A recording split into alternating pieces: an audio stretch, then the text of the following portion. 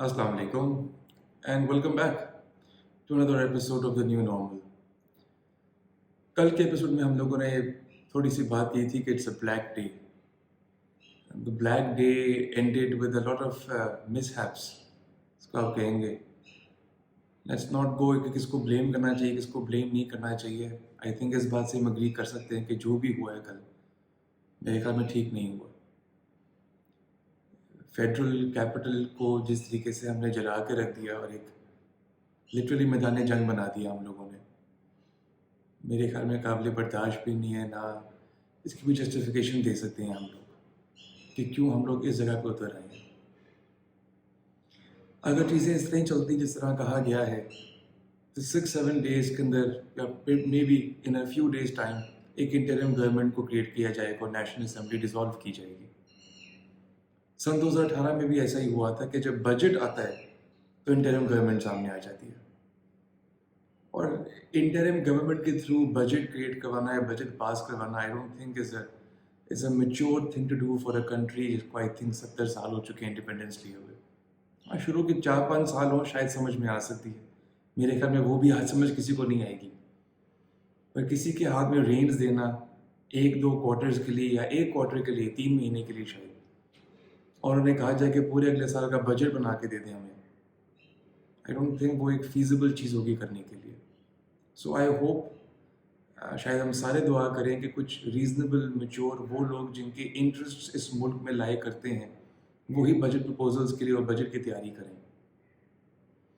May be we will have to face few people जिनका ताल्लुक पाकिस्तान से नहीं होता, वो आते हैं बाहर से. जिस तरह हम कहते हैं ना इम्पोर्टेड लोग, वो इम्पोर्टेड लोग ही आएंगे और कुछ चीज़ें मेजर्स कुछ दे के फिर वापस चले जाएंगे. प्रॉब्लम सारी आ रही है कि ब्लैक डे है, इकोनॉमी का हाल क्या हो गया है. पॉलिटिक्स पे कोई ध्यान देने के लिए सारे बैठे हुए हैं शायद मेरे ख्याल में, बट इकोनॉमी पे ध्यान देने के लिए शायद कोई भी नहीं है. तो हमने ऐसा किया है कि कुछ मैटर्स सामने लेके आए हैं जिनकी वजह से हम बिलीव करते हैं कि अगर इनको रिजॉल्व किया जाए हमारे ख्याल में शायद 1 साल के अंदर मसाइल हल हो सकते हैं. I am going to list down a few of them, maybe all of them, and शायद हम उनमें से शायद 1 या 2 पे डिस्कशन करना चाहें अभी के लिए. I start. मेरे ख्याल में जो हमेशा से रहा है, first point and the foremost is कि जो हमारी स्टेट ओन्ड एंटरप्राइजेज हैं उनको इमीडिएटली प्राइवेटाइज किया जाए. इसमें से कुछ ऐसी स्टेट ओन्ड एंटरप्राइजेज भी हैं हमारे मुल्क के अंदर जो मैक्सिमम लॉसेस कर रही होती हैं. मैं आपको एग्जांपल देता हूँ. We have currently 212 state owned enterprises. ये सारी इन्फॉर्मेशन मैं आपको फाइनेंस डिवीजन से दे रहा हूँ. 21 मार्च 2021 के अंदर ये एक रिपोर्ट आई थी, how to reorganise and manage the state owned enterprises. उनमें से किन को प्राइवेटाइजेशन की तरफ लेके जाना है और नहीं लेके जाना. तो ये इन्फॉर्मेशन वहाँ से आ रही है. We have 212 state owned enterprises. उनमें से देखा जाए तो टोटल एम्प्लॉयज़ जो हैं वो तकरीबन 4.5 लाख हैं. 450,000 employees are working in these 212 state owned enterprises. Although इन्होंने पिछले साल के अंदर 4 ट्रिलियन का रेवेन्यू भी किया, लेकिन अगर ओवरऑल देखा जाए सबको मिला के तो अगर एक जगह पे 4 ट्रिलियन का रेवेन्यू किया इन्होंने, क्रिएट किया, तो इनके लॉसेस जो हैं वो 143 बिलियन के हैं.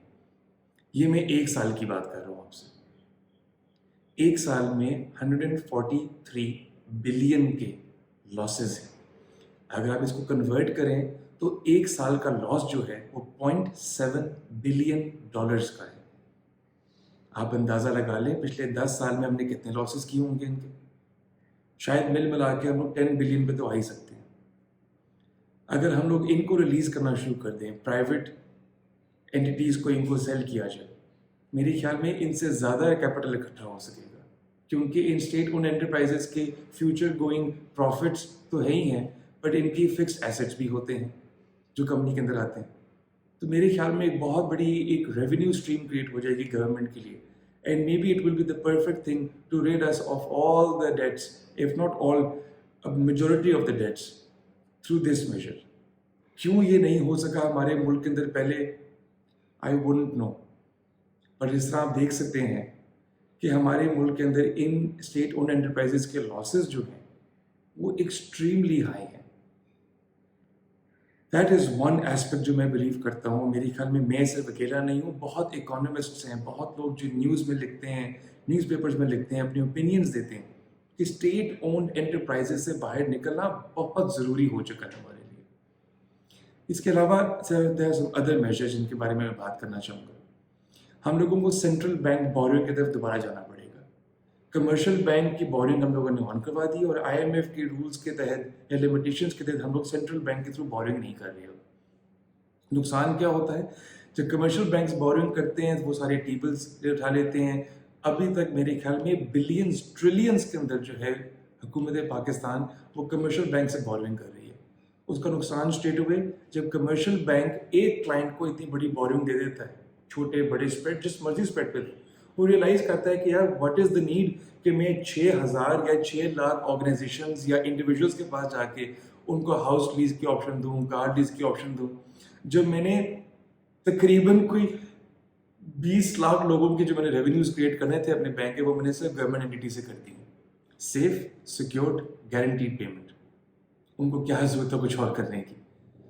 फॉरेन एक्सचेंज को हम लोगों को लिमिट करना चाहिए, किसी पॉइंट पे आके सेट करें इसको. हम लोग इसको मैनेज करें. लोग इस जगह पे दोबारा वो बात करेंगे, हम डायरेक्ट इकोनॉमिक्स की बात करना शुरू हो गए हैं. अगर डायरेक्ट इकोनॉमिक्स की बात करें तो ब्राज़ील इकोनॉमिक्स भी चल रही है, फिर तो जीपिंग इकोनॉमिक्स भी चल रही है.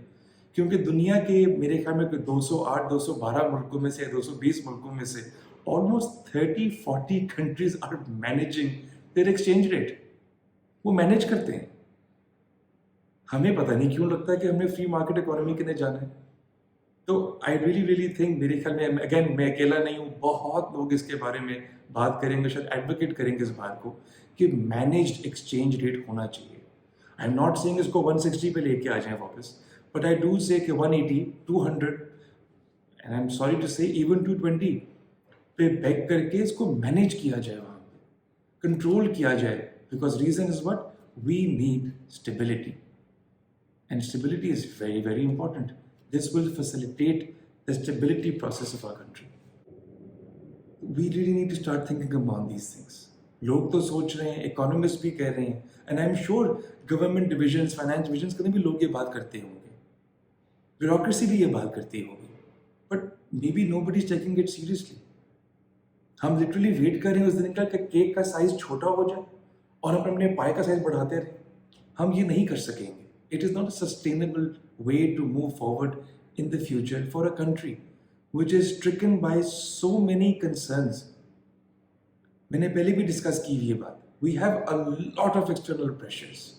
Global recession हो रही है, supply chain issues हो रही हैं, agricultural supply chain issues हो रही हैं. हम अब लोगों instead of कि हम लोग अपने internal issues को resolve करें, कि हम लोग external pressures को deal कर सकें, हम क्या कर रहे हैं, हम internal pressures create करते जा रहे हैं. To that extent कि हमें समझ नहीं आ रही हम क्या करें आगे.